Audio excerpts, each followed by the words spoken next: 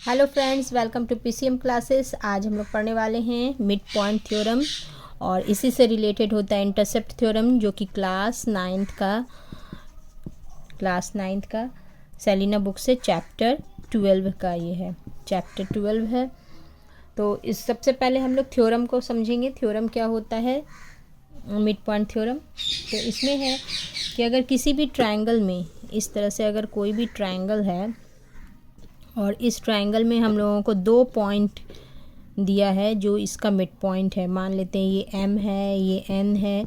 अगर M and N ये respectively AB and AC का मिड पॉइंट है, तो अगर इसको हम लोग इस तरह से जॉइन करते हैं तो ये बचे हुए जो साइड है, दैट मीन्स थर्ड साइड जिसका ये मिड पॉइंट नहीं है, ये थर्ड साइड के ये पैरेलल होगा। यहाँ तो हम लोग को क्लियर है, लेकिन अगर कोई दूसरा फिगर हो तो उसमें हम लोग को ये याद है जो मिड पॉइंट है उन दोनों साइड को छोड़ के जो थर्ड साइड बचा है उसके ये पैरेलल होता है।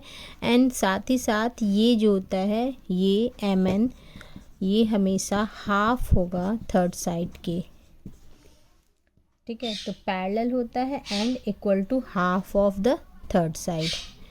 तो ये हम लोगों का मिड पॉइंट थ्योरम है। अगर इसका रिवर्स हम लोग देखें तो रिवर्स में क्या होता है कि अगर आपको ये गिवन है कि अगर हम लोगों को गिवन रहता है कि कोई स्ट्रेट लाइन है जो कि उसके मिड पॉइंट से होकर के जा रहा है, अगर इस तरह से इसका रिवर्स देख रहे हैं तो इसमें अगर इस तरह से दिया हुआ है कि ये इसका मिड पॉइंट है एंड ये इसके पैरेलल है और ये इसके पैरेलल है, तो ये इसका भी मिड पॉइंट होगा। तो हम लोग को ये देखना है कि ये इसका मिड पॉइंट है तो ये इसका भी मिड पॉइंट होगा अगर ये इसके पैरेलल है तो ये हो गया mid point, reverse of the mid point theorem, या converse of the mid point theorem इसको कर सकते हैं। तब इससे रिलेटेड हम लोग अब सम्स देखेंगे। ट्राइंगल ABC, इसमें M is the mid point of AB and a straight line through M parallel to BC। एक स्ट्रेट लाइन खींचा जाता है M से जो कि BC के पैरेलल है एंड ये AC को N पे मिल रहा है। ये मिड पॉइंट नहीं दिया है हम लोगों को, मिड पॉइंट सिर्फ M दिया हुआ है। AM इक्वल टू BM है and MN equal to MN parallel to BC। ये गिवन है, यहाँ लिख देंगे ये गिवन है हम लोगों को। एंड हम लोगों को क्या करना है, अब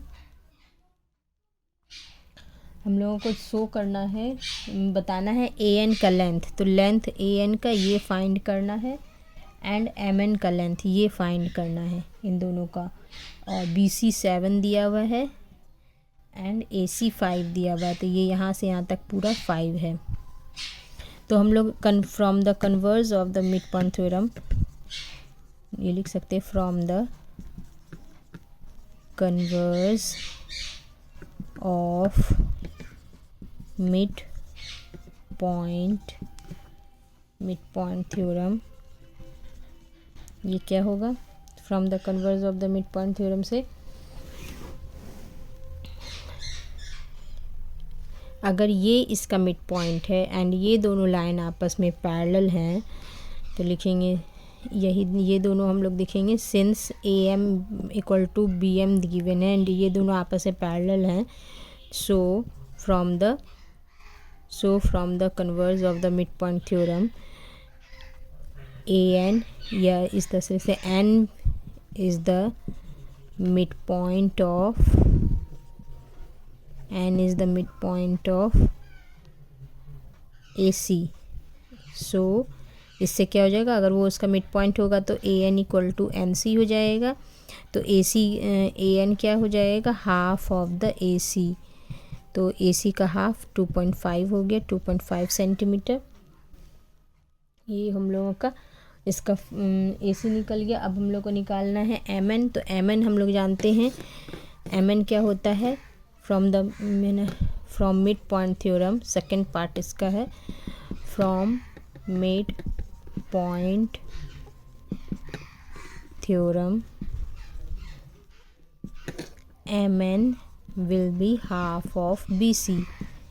इसलिए MN क्या है होगा 7 का हाफ, क्योंकि BC 7 है तो 7 का हाफ 3.5 सेंटीमीटर, 3.5 सेंटीमीटर हो जाएगा ये। नेक्स्ट अब इसके बाद हम लोग इसका सेकंड नंबर देखते हैं।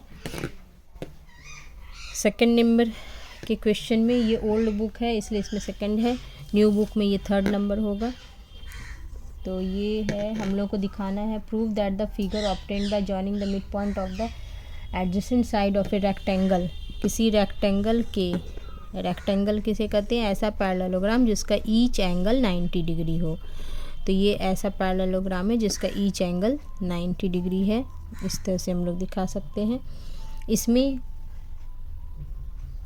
adjacent side of the figure obtained by joining the midpoint of the adjacent side of a rectangle is a rhombus।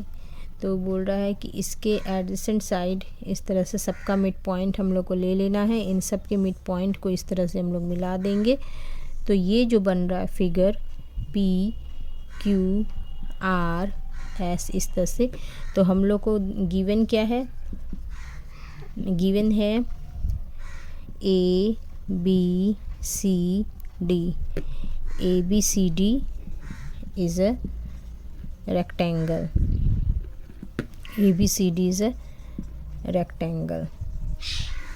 और हम लोग को प्रूव क्या करना है, टू प्रूव में लिखेंगे, हम लोग को दिखाना है PQRS इज़ अ रोम्बस। तो रोम्बस कौन होता है, रोम्बस जिसके ऐसा पैरेललोग्राम जिसके सारे साइड्स इक्वल हैं, दैट मीन्स हम लोग को दिखाना है PQ equal to QR equal to RS equal to PS। ये हम लोग को प्रूफ करना है। एंड प्रूफ क्या दिया हुआ है हम लोगों को, तो प्रूफ हम लोग को दिया नहीं है, हम लोग को इसमें पहले कुछ कंस्ट्रक्शन करना होगा। देखो इसमें हम लोगों को ये, हम लोग जानते हैं ये दोनों आपस में पैरेलल लाइन है, तो हम लोग अगर इन दोनों साइड्स को आपस में इक्वल कर दें, इन दोनों साइड्स को आपस में इक्वल कर दें, तो ये क्या हो जाएगा, रोम्बस प्रूफ हो सकता है।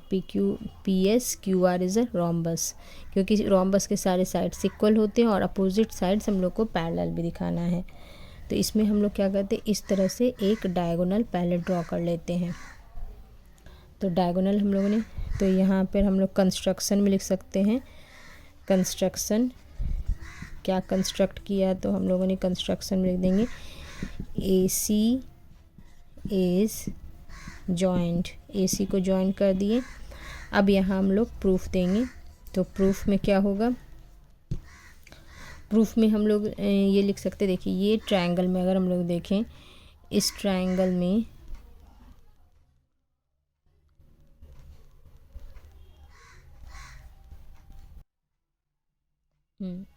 इसमें देखेंगे हम लोग BAC ट्रायंगल में, ये क्या, ये इसका मिड पॉइंट है और ये भी इसका मिड पॉइंट है।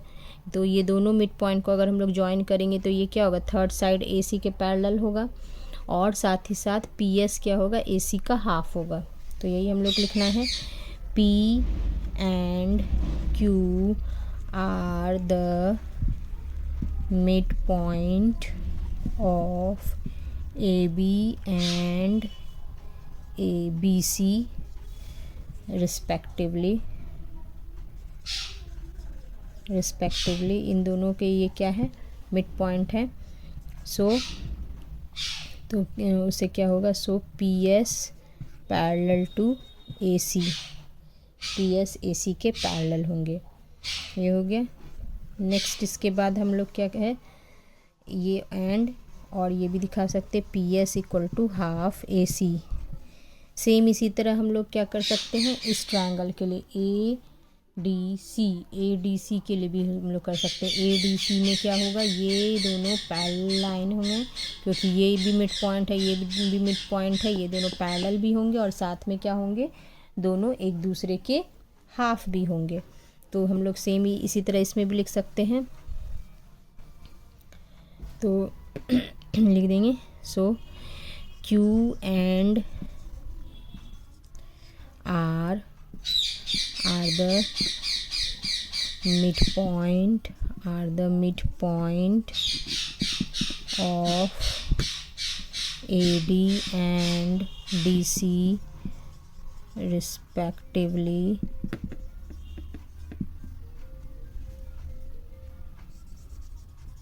Thus QR equal to AC. Thus QR equal to half AC and QR equal to parallel to AC. अब QR AC के भी पैरेलल है, PS के भी पैरेलल है, QR हाफ AC के है, PS भी हाफ AC के. तो इन दोनों इक्वेशन 1, पहले वाला हम लोग इक्वेशन 1 ले लेंगे और दूसरा वाला जो था ये इक्वेशन 2 ले लेंगे. इन दोनों इक्वेशन से क्या हो जाता है, इक्वेशन 1 और इक्वेशन 2 से, इक्वेशन 1 2 से हो जाएगा QR एंड PS दोनों इक्वल हो गए एंड दोनों पैरेलल भी हो गए, QR पैरेलल टू PS. ठीक है, तो इस तरह से ये क्या हो गया, एक पैरेललोग्राम हो गया. क्योंकि किसी भी पैरेललोग्राम का अगर दो साइड आपस में इक्वल एंड पैरेलल दोनों होते हैं तो वो पैरेललोग्राम होता है. तो PQRS इज़ अ पैरेललोग्राम. ये तो हम लोगों ने प्रूफ कर दिया पैरेललोग्राम है.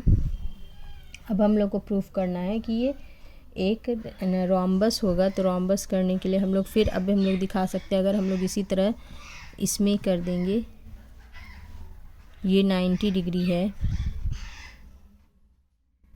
ठीक है, ये 90, इसी तरह हम लोग इसको मिला सकते हैं. तो इसी तरह हम लोग अगर BD को मिला देंगे तो BD के केस में भी हम लोग दिखा सकते हैं. BD का सेम इसी तरह कि BD और PQ पैरेलल होंगे and BD and RS parallel होंगे और PQ पैरेलल टू RS. तो PQ इसी तरह हम लोग दिखा सकते हैं, PQ equal and parallel to RS. Similarly यहाँ लिख देंगे,